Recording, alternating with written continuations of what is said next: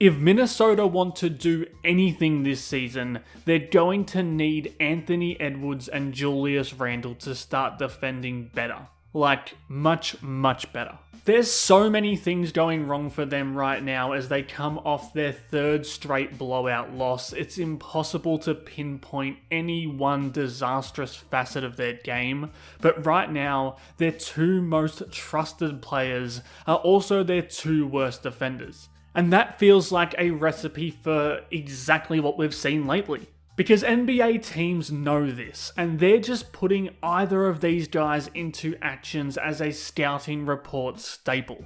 If they want a bucket for their wing, they go and set a basic pin down for whoever Edwards is guarding. Because he can't get over the screen and keep touching distance, another screen will confirm that, and then it's a practice jumper here for Desmond Bane. Teams know this and they're exploiting it. They know a little back screen and a rim dive here will flatline him and open up the easiest of buckets out of that out of bounds action. And if a team can get Julius Randle involved in that action as well, it's free money for their offense. So even when Ant is trailing again chasing off ball here, which is just a thing now, he still manages to get back into this position where he forces Garland to pick the ball up, but there's always going to be this back cut there, while an even bigger defensive liability is ball watching in a non-help position. And this is where it becomes untenable. Ant's here on this possession still hands on knees when Garland takes off on his curl, which he kind of rectifies with his own speed, but when he gets beaten again, Randle is nothing near a deterrent at the rim for a 6-foot guard. Whenever the opposition needs easy points, they'll just have Ant's man screen for Randle's man, and then watch confusion slaughter any basic defensive principles. And really, this is the more complex stuff. Actions, off-ball screening, design cutting, they're all things scripted to fool the defense. What's more concerning for Minnesota is how easy it is to pull one or both of these players into lapses with just basic pick and roll offense. Because what we're seeing this season is that neither of these guys can get through a ball screen, but they also get caught in these really compromising positions, which in a poorly designed scheme with no gap help allows straight line drives for elite scorers, hoping that Rudy Gobert will clean up those mistakes. So because Minnesota are committed to playing this archaic defensive scheme with these guys who can't execute it, we're seeing a lot of these possessions where it feels like everything is coming really easy for Minnesota's opponents. You can say maybe it's tiredness from Edwards from having to carry a huge usage for Minnesota's stagnant and inconsistent offense, or you can say it's something a little more sinister. But Ant is getting torched on these ball screens on a nightly basis, and that just feels unsustainable. For Randle, he really doesn't have that excuse. When he's defending as a big in pick and roll, he is a statue in the middle of the floor who's neither pressuring the ball or stopping the roll man. And again, bad pick and roll defense always leads to easy shots at the rim. There just can't be possessions like this one. Either they need Randle to get up and pressure, or if he's dropping, this position can't turn into a virtually uncontested layup. Randle's game isn't as a big man defender, but if he's called into pick and roll, I think it's reasonable to at least want his hands to be up to maybe make that a more difficult pass and a more difficult offensive possession.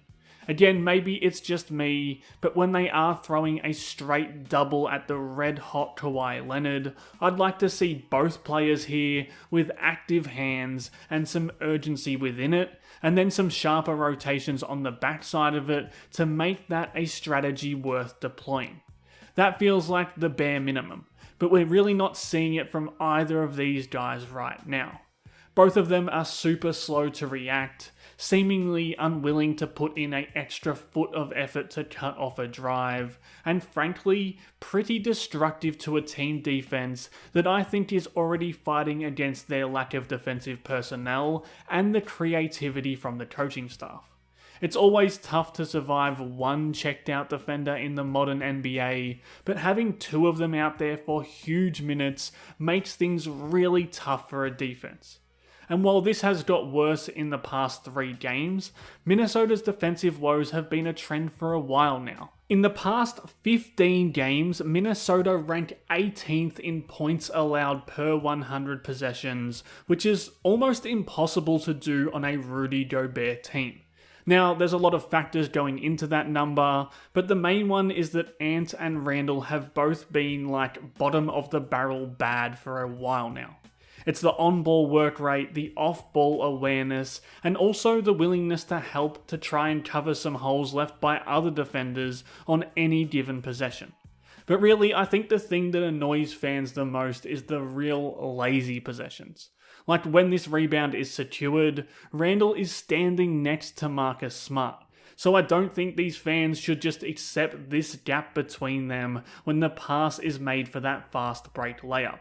This is a theme for Randle. He gambles in the backcourt here, and then just takes the rest of the possession off, and barely even gets back into the screen after multiple passes and a foul.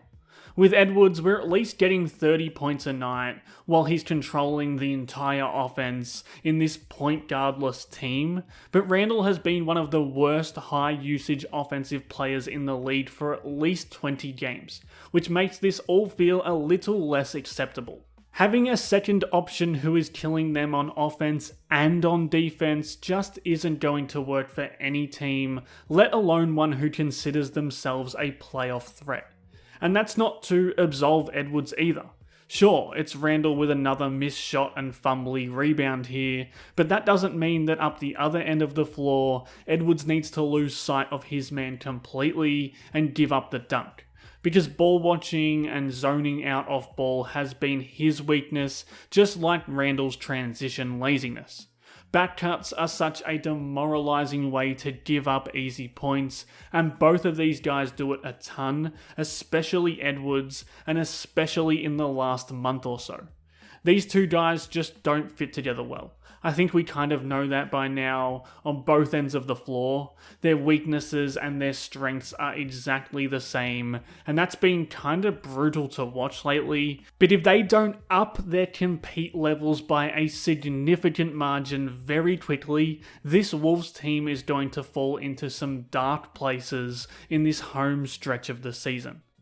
Hopefully the next Howes and Drow's breakdown is more cheery than this one, but if you did like this video, be sure to subscribe and like to help the channel grow. Thanks again for watching.